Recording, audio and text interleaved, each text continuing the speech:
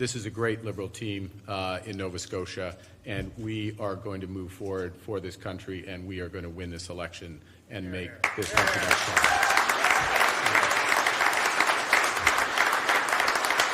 And one of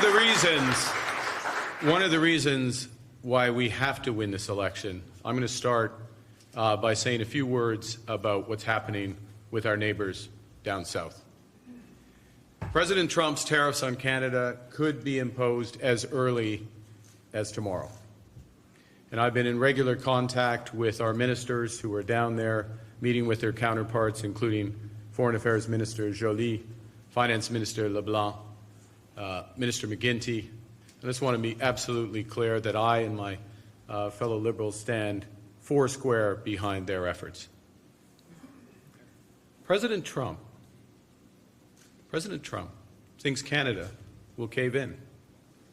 We will never, ever bow down to a bully.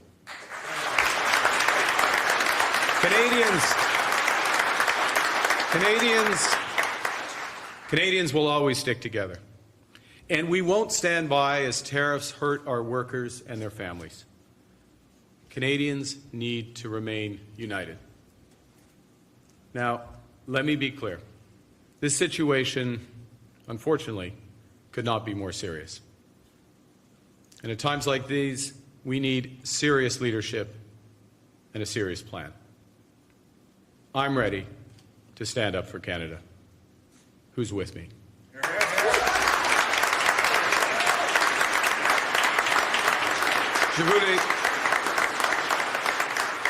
Tout début, je voulais prendre le temps de répondre à ce qui se passe au sud de la frontière. Le président Trump pourrait imposer des tarifs aussitôt que demain. J'ai été en contact avec la ministre des Affaires étrangères, Mélanie Joly, et j'appuie ses efforts ainsi que les efforts du ministre des Finances, Dominique Leblanc, pour défendre notre pays, le Canada. Le président Trump veut qu'on perde notre sang-froid et qu'on abandonne. Nous ne resterons pas les bras croisés alors qu'il menace nos travailleurs et leurs familles. Ça ne pourrait pas être plus sérieux. Et dans des situations de crise, nous avons besoin de leadership sérieux et d'un plan sérieux. Je suis prêt à me tenir debout devant Trump et à défendre notre pays. Now, well, President Trump and some Americans may be turning back the clock on climate action. As Sean Fraser just indicated, we're picking up the pace. We're here today to address, in effect, three major issues that are wrapped into one big one. First, how to help hardworking families to finally get ahead. Secondly, how to boost the competitiveness of Canadian companies. And thirdly, how to build the strongest economy in the G7. All of these issues, each of these issues, is affected by how we as Canadians play our part in addressing climate change. Now, before I go into our plan, I want to say a few words about myself. I'm not a politician. I'm becoming a politician, but I'm not a politician.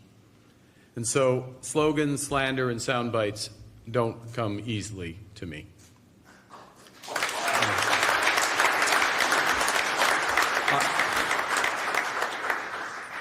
And because I'm not a politician, I don't like press releases that are dressed up as policies.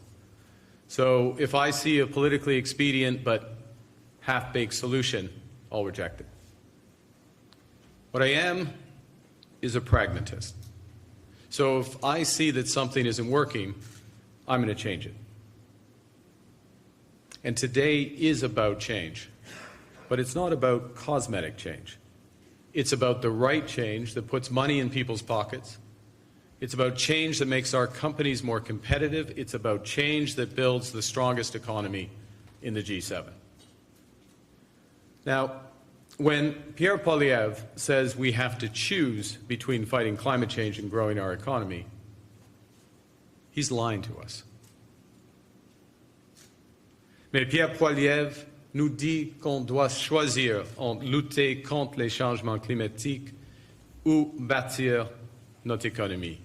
Et la vérité, c'est qu'il nous ment.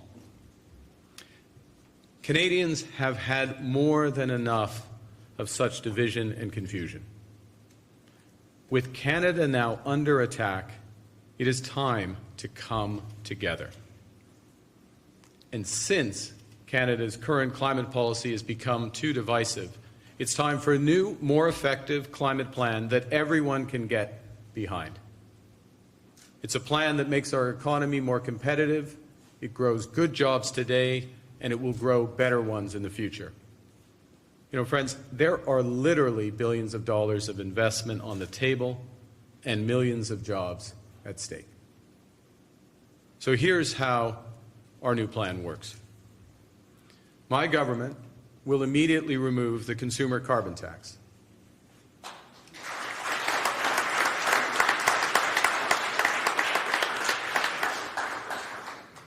But we won't stop there. Instead, what we'll do is create a system of incentives to reward Canadians for making greener choices. So it means that you'll no longer have to pay more to fuel your car or heat your home. But when you choose an energy-efficient appliance or an electric car or home insulation, you will be rewarded, and we will get the big polluters to pay for it.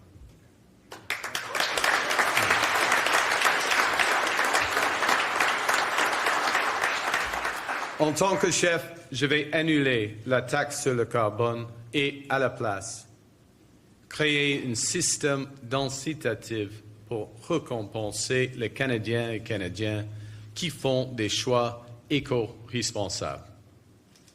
Vous n'allez plus devoir payer plus pour faire le plein ou pour chauffer votre maison. En choisissant d'acheter un électro qui consomme moins, un véhicule électrique ou mieux isoler une maison, vous serez récompensé. Et nous allons faire payer les grands pollueurs. Now, let me be clear. If we were only to remove the carbon tax, we'd create two problems. First, Canada's emissions would not decrease as rapidly as before. And secondly, most Canadian households would be worse off because of the end of the rebate. Pierre Poilievre, with his simplistic and misleading axe the tax, doesn't care about either problem. Now, that's possible because he doesn't really believe in climate change. Or it's possible he thinks that Canada, for the first time in our history, should be a free rider on a massive global problem, leaving for other countries to solve. It's certainly clear that he doesn't really understand how important that money in the rebate is to hardworking families across the country. But we get it. We care. And that's why our plan will directly solve both problems by both implementing new climate policies that are at least as effective in lowering emissions and by bringing forward new economic measures that will make Canadian families better off.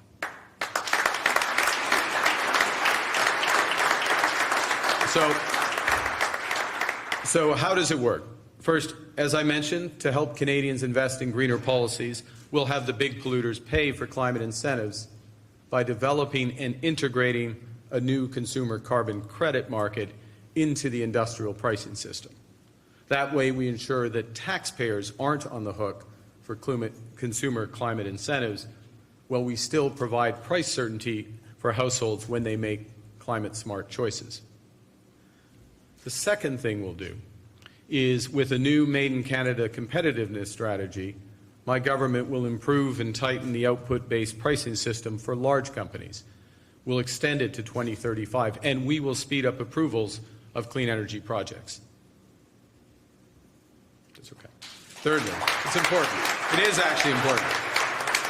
See, Cody knows just how important that last bit of that phrase is, because we got to get moving. Third thing we're going to do is to ensure that there's fair competition for our companies and that we penalize high-polluting foreign imports. So we're going to develop a carbon border adjustment mechanism. What that does is promote jobs here at home, it prevents carbon leakage abroad, and it aligns Canada with our allies who are still engaged in the fight against climate change.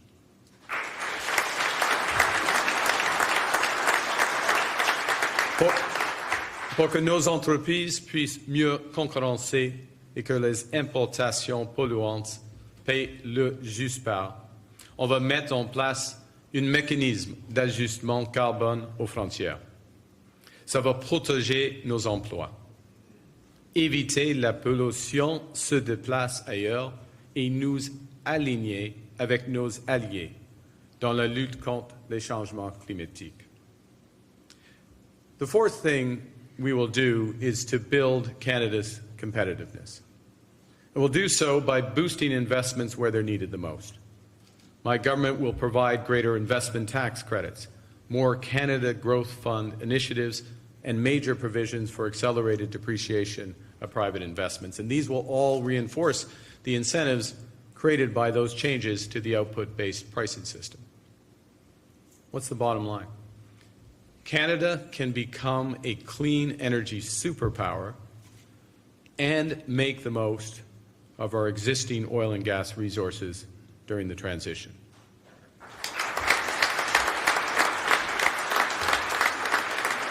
And there's more.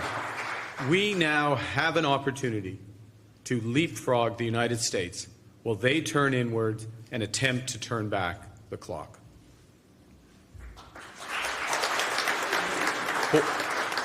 Pour attirer les investissements là où on a le plus besoin, mon gouvernement va bonifier des crédits d'impôt à l'investissement, élargir les initiatives de fonds de croissance du Canada et accélérer l'amortissement des investissements privés. Ça va renforcer les incitatifs créés par notre réforme du système de tarification. Le Canada a tout pour devenir une superpuissance en énergie propre, tout en maximisant nos ressources énergétiques pendant la transition. Et on peut même dépasser les États-Unis pendant qu'ils se replient sur eux-mêmes en regardant en arrière. And lastly, to finance these good Canadian jobs and great economic growth, our government will move quickly to finalize and implement the Made in Canada Sustainable Investment Guidelines. We'll implement a taxonomy for every priority sector and mandate broad coverage of climate risk disclosure. And this is the key point, and I want to be absolutely clear. We will do all of this while remaining laser-focused on lowering costs for Canadian households.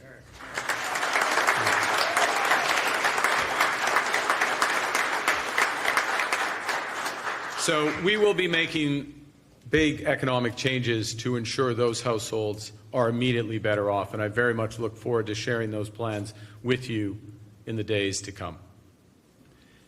Nous allons apporter des grands changements économiques pour améliorer immédiatement la solution ces ménages canadiens. Et j'ai hâte de vous présenter ces plans dans les semaines à venir. Now, let me finish. Eventually, the fever that has gripped our neighbor to the south, eventually that will pass. But while that fever rages, we will remain, as Canadians, we will remain resolute and we will remain true to our values. And those values include solidarity with one another and sustainability for our children and grandchildren's futures. So that's why That's why the measures I'm announcing today will reduce emissions faster than before. They'll help create Canadian jobs. They'll build the competitiveness of our major companies and begin to realize Canada's immense potential to be a global leader in a clean economy. By working together, we will build that strongest economy in the G7, regardless of what happens south of the border. And we will do so for all Canadians across every generation. Merci beaucoup. Thank you very much. Merci. And on va commencer avec des questions. Oui. Okay. So thank you, and I'll now be pleased to take questions. Thank you, Mr. Je suis prêt de répondre à votre question. Thank you, Mr. Carney. We're going to start with the question period. We'll do one question, one follow-up. On va commencer avec la période de questions. Une question de suivi. S'il vous plaît, vous identifiez et nommez votre média. Please identify yourself and name your media. Go ahead. Hi, Chris Lambie, National Post. You say you'll drop the consumer carbon tax, but will you maintain the federal industrial carbon tax? And if so, are you maintaining the current government levels and increases? Thank you for the question. It's an important point. Yes, we are maintaining what's called the output-based pricing system, which is the price that large polluters will pay. And there is an expectation, as you know, that price will rise over the course of this decade. What that does is it provides a very clear signal to large companies to make the investments now, to get their emissions down, to become more competitive. What is innovative, one of the things that is innovative about what we're doing, is we, in effect, will provide them with more options to reduce emissions because they will be able to pay for the emission reductions of Canadian households. To be absolutely clear, you're sitting here in Halifax and you're trying to make a decision about buying an EV or a heat pump or home insulation or a better appliance, you'll see a clear fixed level of credit that you're going to get. But we, as the federal government, will turn around and monetize that from the large polluters. And that way, the taxpayer's not on the dime. The large companies have more options. The system's more efficient. We move forward together. Thank you. Can I, one follow-up? Will you be running in the Halifax by-election for the seat vacated by Andy Fillmore? And if not, where will you be running? There are some excellent candidates for that vacancy, and I'm sure the local riding association will make the right decision for that. I'll say as well that one of the things, and it was referenced in the introduction, we are seeing a huge surge in interest in not just rejoining the party. We've had a huge increase in membership of the Liberal Party, but also in candidates, new candidates putting themselves forward, other candidates who had been thinking about maybe stepping away, remaining. That means that the number of ridings in which I can potentially run is diminishing, but I will be making, that's a good thing, by the way. I'll be making a decision in due course, and I look forward to putting myself forward for a riding. Yeah. Thanks. Next question. Hello, Sky Bride Blom with Global News. And I'm just wondering, I know you've announced larger scale plans, but for the Atlantic region specifically, what's on your radar? What's on the radar? Well, I think the first thing is on the radar. Let me say a couple of things. One of the points that has really impressed me over the course of the last few weeks, and it really has only been a few weeks, is conversations with the gentlemen that are to my left. Some of them went back further when Sean Fraser, obviously as a minister, but the conversations with the deputies in Nova Scotia, the men and women who are serving here across Atlantic Canada, and really getting a sense of their priorities, the priorities of the people they're serving. So one of the things that helped inform today's announcement, candidly, is those discussions, what's happening on the ground, how we can make it more effective. Second thing that's absolutely clear, it's a big issue across Atlantic Canada.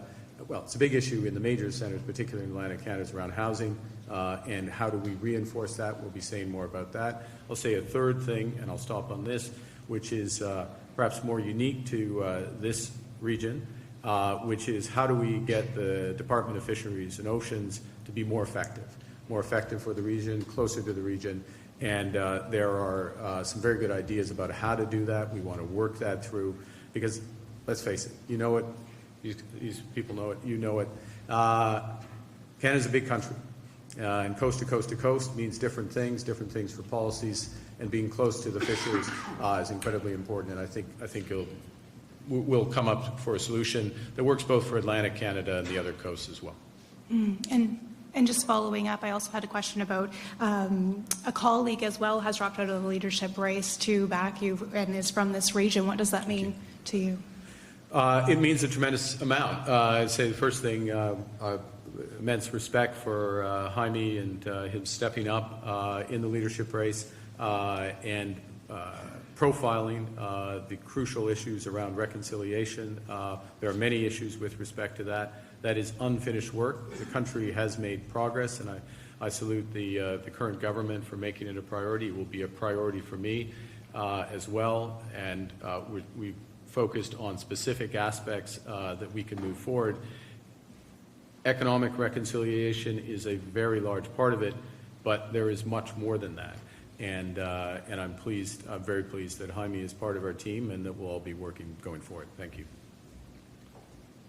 Next question, Bloomberg or Globe and Mail. Hi, Mr. Carney. My name's Lindsay Jones. I'm with the Globe and Mail. And my question is, in the past, you've supported the carbon tax and defended Prime Minister Justin Trudeau's stance on the carbon tax. Why now? Why are you coming up with this now? Well, I think there's two things, Lindsay. One is that, and that's right, and it's worked. It has had some impact in terms of reducing our emissions, making things more efficient.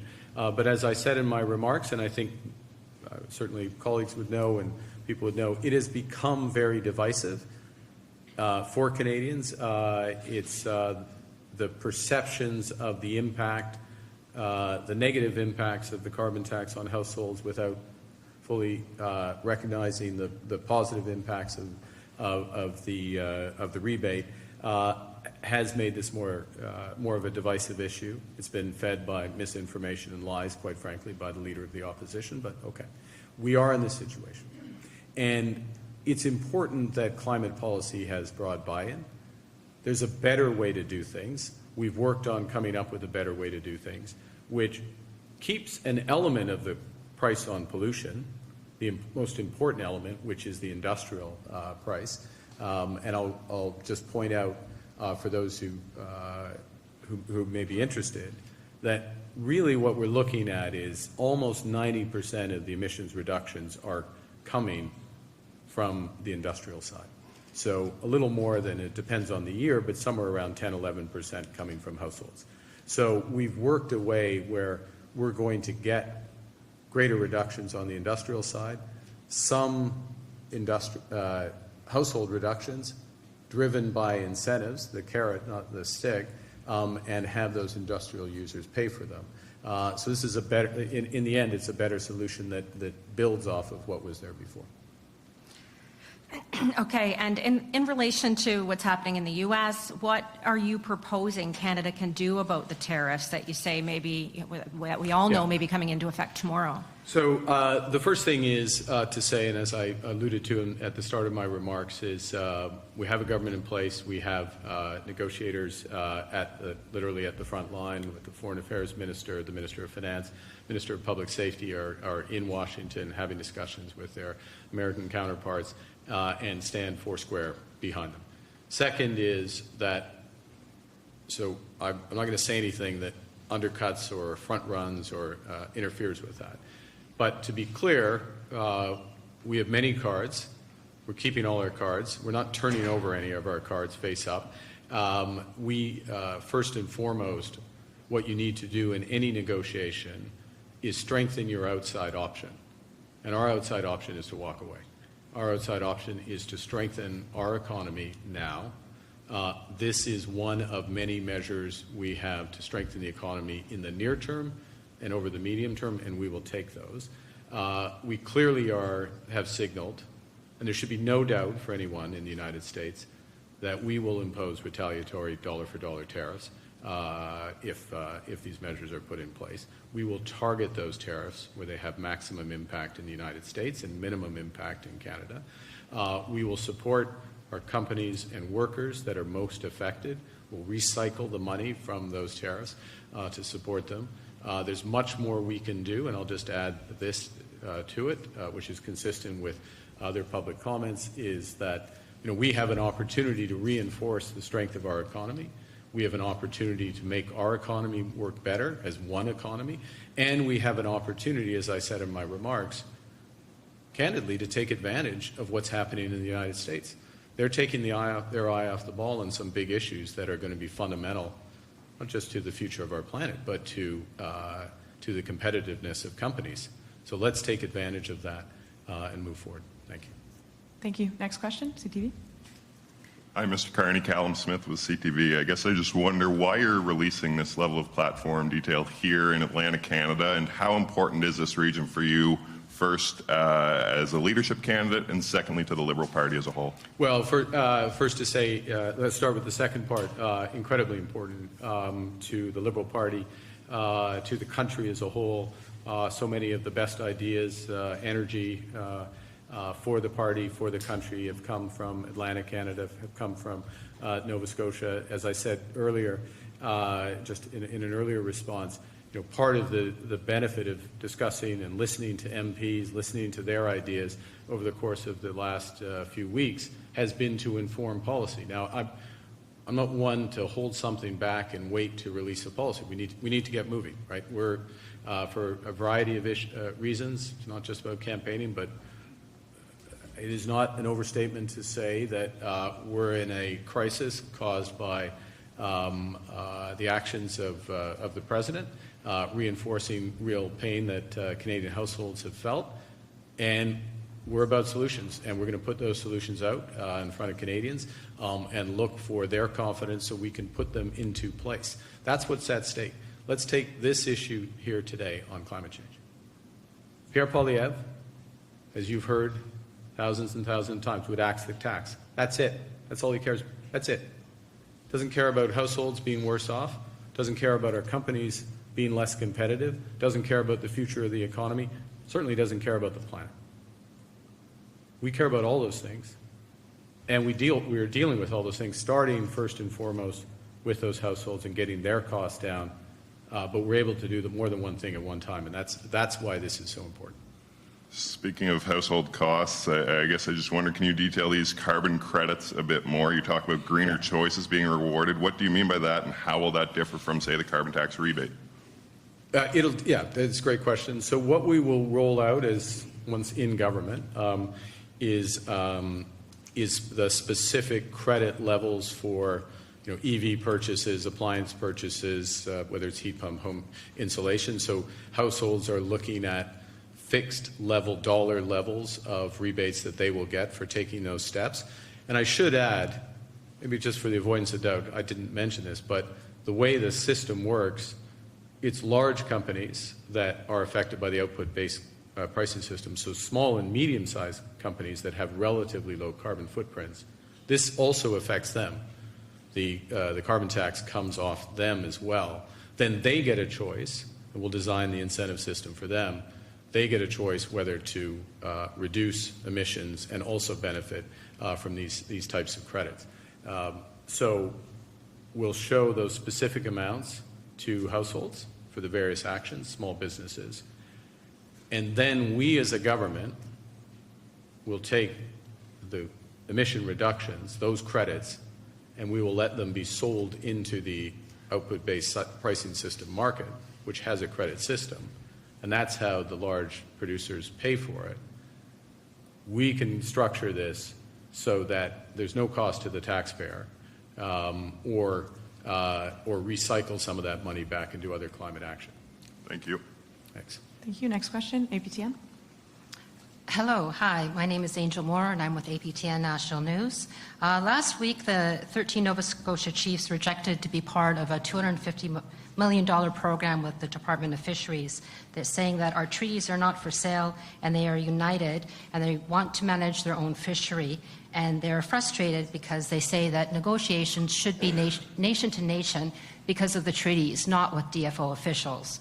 So if you become Prime Minister, would you support the nations of Atlantic Canada, the Mi'kmaq, the Wolastoqey, the Passamaquoddy, managing their own fisheries as the treaties state?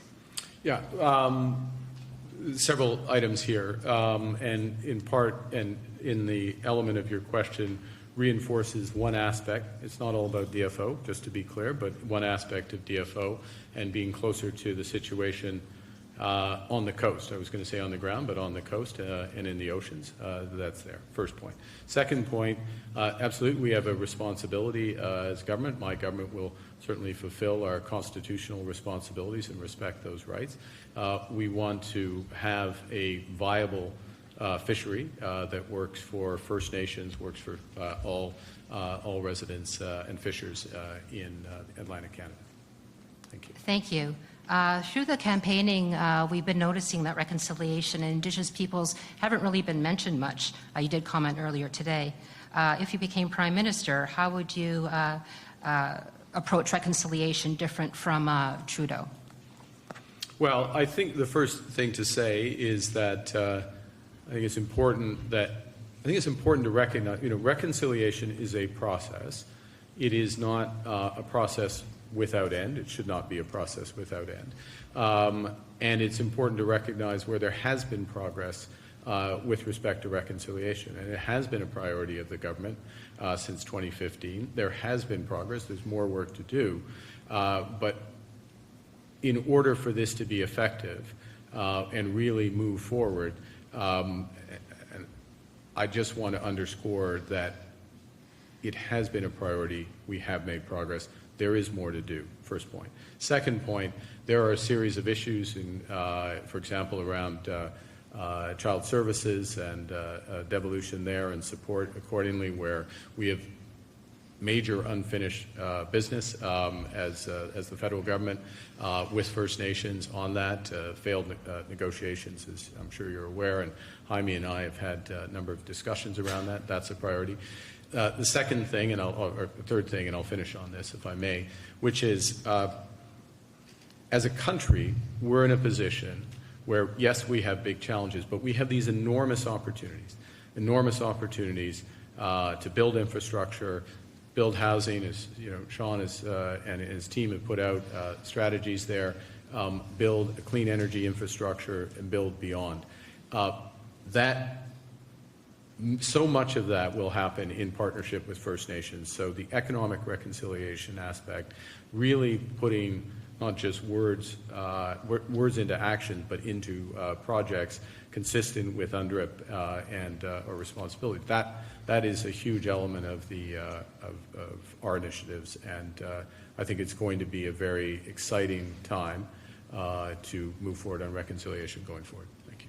Merci, thank you. We'll have time for two more questions. Deux dernières questions, une en français, Radio-Canada. Bonjour, mon nom est Agathe Boucard, je travaille pour Radio-Canada. Vous promettez d'abolir la taxe carbone, mais allez-vous garder le plafonnement des émissions des secteurs gaziers et pétroliers?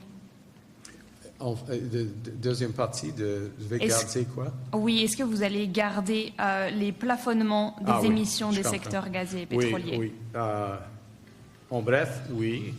On va garder, on va renforcer en même temps les incitatifs afin des grands investissements, par exemple comme Pathways, les réductions de carbone en place. On va renforcer ces incitatifs en même temps afin d'atteindre le plafond. Merci.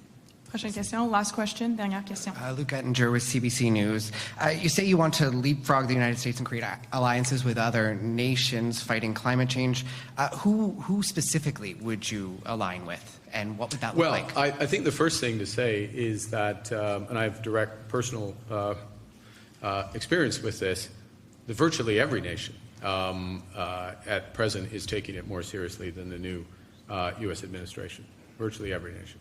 And one way I can demonstrate that in concrete terms is if you look at the investment in energy, power, over the course of the last year, over 90% of it was in clean energy. Now, why is it in clean energy? It's partly for the, for domestic pollution reasons. It's largely because increasingly it's the lowest marginal cost source of energy. It's also because big manufacturers don't want to have a carbon footprint from their energy sources as they change where they invest around the world. So, and the leaders with respect to the scale of the shift obviously would include the European Union, it would include the United Kingdom, it would include a number of major economies in Asia that are fast-growing economies. Now, we have broader issues with some of those economies that we need to resolve, and we'll be resolute in coming to a conclusion on those. But it is a very large footprint of the world that is like that, and a consequence of that. You see, one of the things we have to do as a government, certainly we have to do as a country, is we have to manage the present.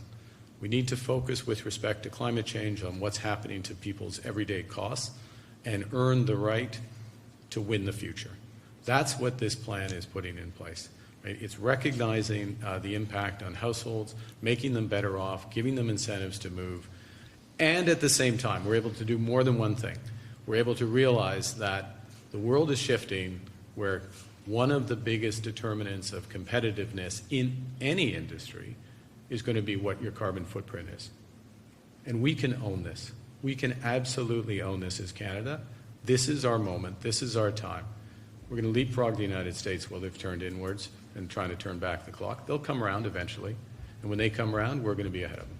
On making big polluters pay, how are you going to ensure Sorry. that those big polluters don't pass on the costs to hardworking Canadians, as you say? Well, you've got to look at what the big polluters are producing versus where that's consumed. So I'm Dofasco, I'm a steel company. I'm not passing on my costs down through to the level of the consumption product. Let me give you another example. When you look at the final value add, for example, I'm going to pick our steel companies again. In terms of the final value add impact of changes, we're talking in the tens of dollars into autos. So there's ways that that ensures that it doesn't come back down, in part because the nature of the polluters are there, and the fact that we integrate this with a carbon border adjustment mechanism. And in the end, what we're going to see is much bigger incentives for households, a more choice, and this is a crucial point, and I'll maybe end with this if I could, more choice for those large companies on how they get emissions down, okay? So they have the options immediately of reducing their emissions or working to reduce their emissions, but they also can pay Canadians to reduce our emissions. In both cases, our emissions come down. And it's a much more efficient system in order to do it. It will have a big impact, and it's going to ensure that taxpayers' money, that precious resource that we can devote as a government to other priorities of Canadians, keeping their taxes down and ensuring that we continue to pay for crucial social services from health care at the provincial level to child care, dental care, old age pension, and beyond. Great. Thank you. This is what puts an end to our press conference.